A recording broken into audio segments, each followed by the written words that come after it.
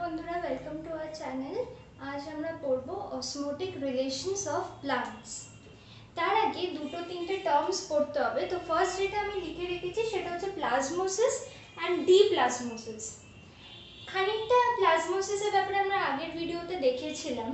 First একটা normal cell দেখানো আছে, প্লান্ট সেল একটা, বাইরে সেল ওয়াল আছে, একটা বড় ভ্যাকিউল আছে আর সাইটোপ্লাজম আছে।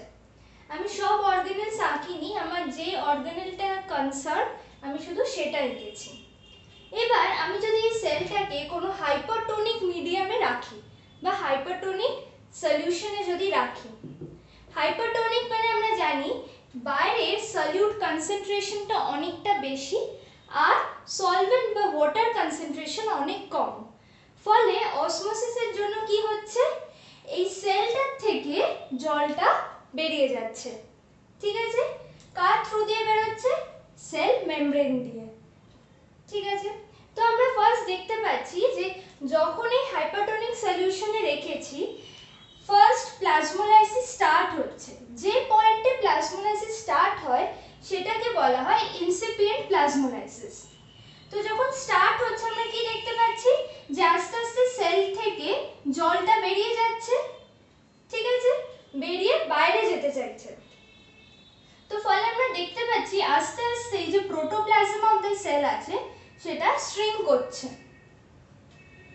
নেক্সট আরেকটু পর যদি আমরা দেখি, দেখব যে এই যে সাইটোপ্লাজমটা বা প্রোটোপ্লাজমটা ওটা পুরোপুরি শ্রিঙ্ক করে গেছে, মানে এই সেল থেকে অনেকটা জল বেরিয়ে গেছে বাইরে।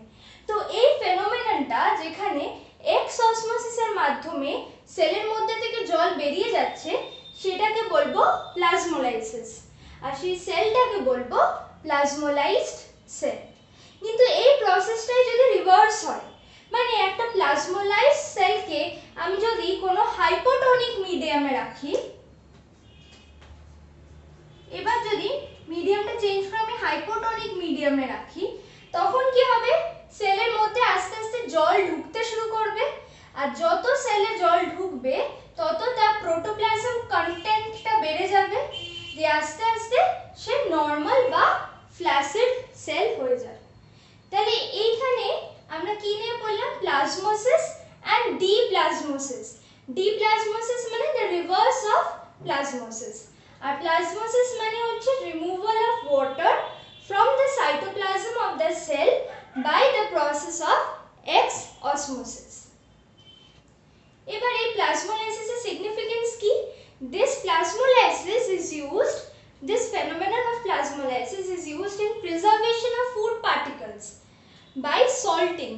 Salt দিয়ে আমরা ফুড প্রিজার্ভ করি। কিভাবে?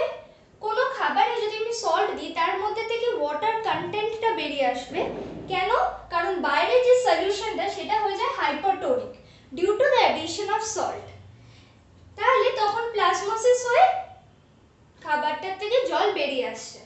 এইভাবে খাবারটা আরো বেশি দিন ফ্রেশ থাকবে। এটা ছিল একটা significance, preservation of food by salting.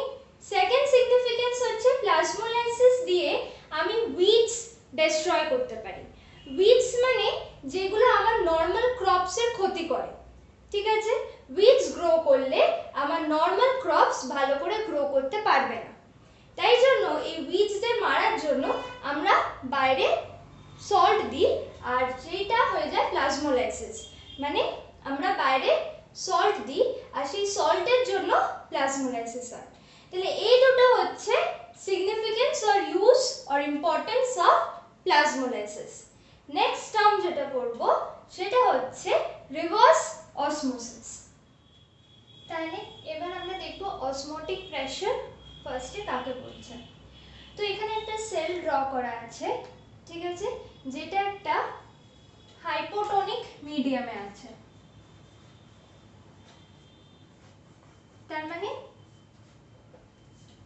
ওয়াটারের মুভমেন্টটা হবে from outside to inside. Osmotic pressure কি? এই যে জলটা সেলের বাইরে থেকে বা মিডিয়াম থেকে সেলের মধ্যে ঢুকছে, তো এই সেলটা বাধা দেওয়ার চেষ্টা করবে। তো এই সেলটা একটা হাইড্রোস্ট্যাটিক প্রেসার এক্সার্ট করবে which will prevent the entry of water particles into the cell.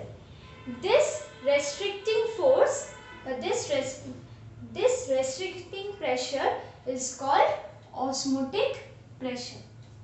ঠিক আছে, তাহলে osmotic pressure is the hydrostatic pressure exerted by the cell which restricts the movement of water particles inside the cell. এবার যদি আমার external প্রেসারটা এই osmotic প্রেসারের থেকে বেশি হয়, তাহলে সেলের মধ্যে থেকে জলগুলো বাইরে সারাউন্ডিং এ মুভ করতে শুরু করবে। সেই প্রসেসটাকে বলবো রিভার্স অসমোসিস। তাহলে রিভার্স অসমোসিস কখন হবে? যখন external pressure will be greater than the osmotic pressure. যখন এক্সটার্নাল প্রেসার অসমোটিক প্রেসারের থেকে বেশি হবে, তখন সেলের মধ্যে থেকে জল বাইরে মুভ করতে স্টার্ট করবে, মানে তখন মুভমেন্ট অফ সলভেন্ট হবে against the concentration gradient. This is called reverse osmosis. এবার এই যে সেলটাকে একটা হাইপোটোনিক মিডিয়ামে রাখা হয়েছে, তো এই মিডিয়াম থেকে সেলের মধ্যে ওয়াটারের মুভমেন্ট হচ্ছে। এটার জন্য সেলটা একদম টোটালি ফিল্ড উইথ ওয়াটার হচ্ছে, দিয়ে একটা বাল্কি স্ট্রাকচার নিচ্ছে। তো এই স্ট্রাকচারটার জন্য সেলের কন্টেন্টস বা প্রোটোপ্লাজমের কন্টেন্টস গুলো সেল ওয়ালের উপর একটা প্রেসার এক্সার্ট করছে। সেই প্রেসারটাকে কি বলছে? টার্গার প্রেসার। তাহলে the pressure exerted by the protoplasm contents over the cell wall is called Turgor pressure. এবার এই ব্যাপারটাকে ইকুইলাইজ করার জন্য একটি অপোজিং ফোর্সও আছে। অপোজিং ফোর্সটা কি করছে? অপোজিং ফোর্সটা হচ্ছে বা অপোজিং প্রেসারটা হচ্ছে সেল ওয়াল যেটা এই প্রোটোপ্লাজমে দিচ্ছে, সেটাকে বলছে ওয়াল প্রেসার। তার মানে এই প্রেসারটা সেল ওয়াল এক্সার্ট করছে on the protoplasm. For a turgid cell, this Turgor pressure will be equal to the wall pressure. ঠিক আছে, একটা নরমাল সেল বা ফ্ল্যাসিড সেলের জন্য, মানে যেটা ফ্ল্যাসিড সেল কখন হচ্ছে? যখন সেই সেলটা আছে একটা কমপ্লিটলি আইসোটোনিক মিডিয়ামে, কোনো অসমোসিস যখন দেখা যাচ্ছে না, তো সেই ক্ষেত্রে যে ফ্ল্যাসিড সেলটা আছে তার ওয়াল প্রেসার will be 0. এই ওয়াল প্রেসারকে আরেকটা জিনিসও বলে, সেটা হচ্ছে প্রেসার পোটেনশিয়াল। তাহলে the pressure potential of a flaccid cell will be 0. ঠিক আছে, এবার আমরা যে জিনিসটা দেখব সেটা হচ্ছে ডিফিউশন প্রেসার ডেফিসিট। সেটা কি? Diffusion pressure deficit. আমরা ডিফিউশন প্রেসারের ব্যাপারে আগে দেখেছি যে একটা পিওর সলভেন্টের জন্য তার ডিফিউশন প্রেসার হয় 0, কিন্তু যত আমরা তাতে সলিউট পার্টিকেলস অ্যাড করব তার ডিফিউশন প্রেসার তত কমবে। তাহলে এই যে যেটা কমছে, ডিফিউশন প্রেসার যেটা কমছে due to the addition of solute, সেটা কি বলছে? Diffusion pressure deficit. ঠিক আছে, তাহলে এই ডিফিউশন প্রেসার ডেফিসিট বা ডিপিডি আমরা আগে দেখেছি it is equal to minus of water potential. ঠিক আছে, এদের ভ্যালুগুলো সেম হয়, জাস্ট সাইনটা অপোজিট হয়। এবার আমরা দেখব যে এই যে DPD, it depends upon the osmotic pressure of the cell and the turgor or wall pressure. কিভাবে? DPD will be equal to osmotic pressure minus TP or turgor pressure or wall pressure. ঠিক আছে, তাহলে একটা fully টার্জিড সেলের জন্য তার TP বা Turgor pressure will be equal to the osmotic pressure.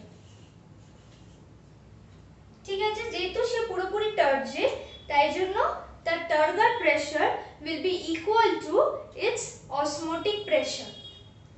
তখন dpd কি হবে?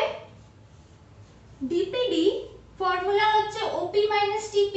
তো যদি OP আর TP ইকুয়াল হয়ে যায় তাহলে তখন dpd হয়ে যাবে 0। ঠিক আছে, একটা ফ্ল্যাসিড সেলের ক্ষেত্রে কি দেখা যাবে?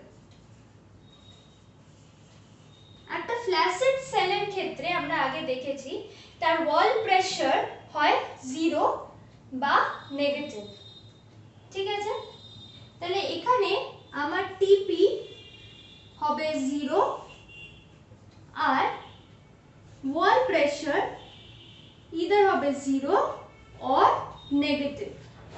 তাহলে আমরা যদি ফার্স্ট কেসটা দেখি যেখানে টিপিও 0 ওয়াল প্রেসারও 0, তার মানে তখন dpd will be equal to OP - TP।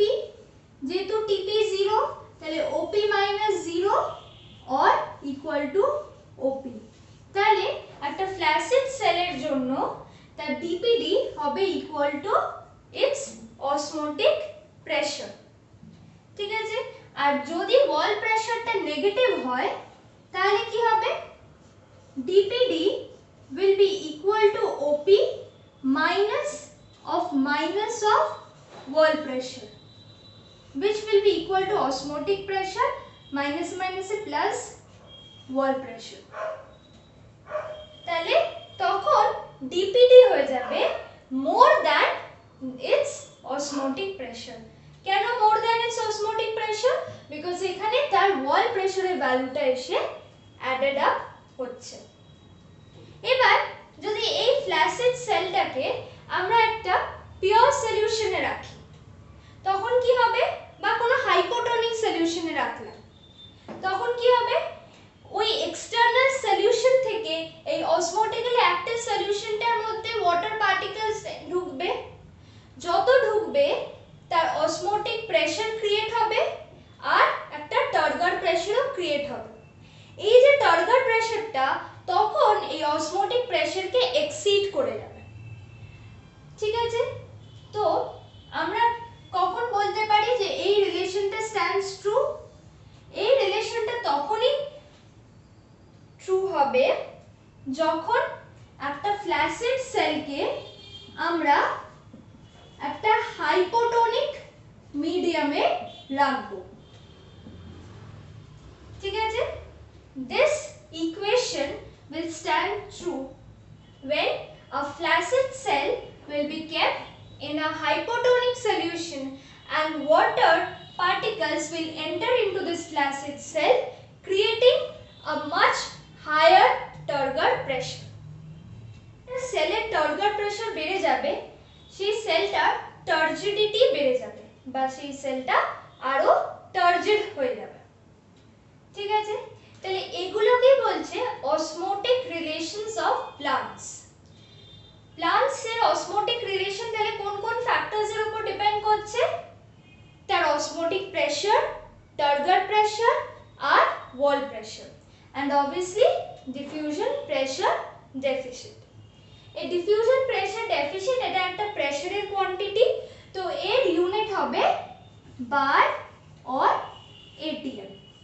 It basically measures the speed of osmosis বা the rate and direction of osmosis। osmosis ততক্ষণ হবে যতক্ষণ না এই দুটো সলিউশন মানে এক্সটার্নাল সলিউশন আর অসমোটিক্যালি অ্যাক্টিভ সলিউশনের dpd ভ্যালুস ইকুয়াল না হচ্ছে। যতক্ষণ না ওদের dpd ভ্যালুস ইকুয়াল না হচ্ছে ততক্ষণ অবধি ওদের অসমোসিস হতে থাকবে। তাহলে সেল টু সেল ট্রান্সপোর্টের জন্য আমরা ফার্স্ট যে টপিকটা পড়েছি সেটা হচ্ছে অসমোসিস।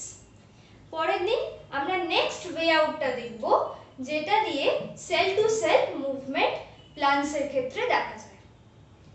ভিডিওটা ভালো লেগে থাকলে লাইক করে দিও আর শেয়ার করে দিও আর চ্যানেলটাকে সাবস্ক্রাইব করতে ভুলো না।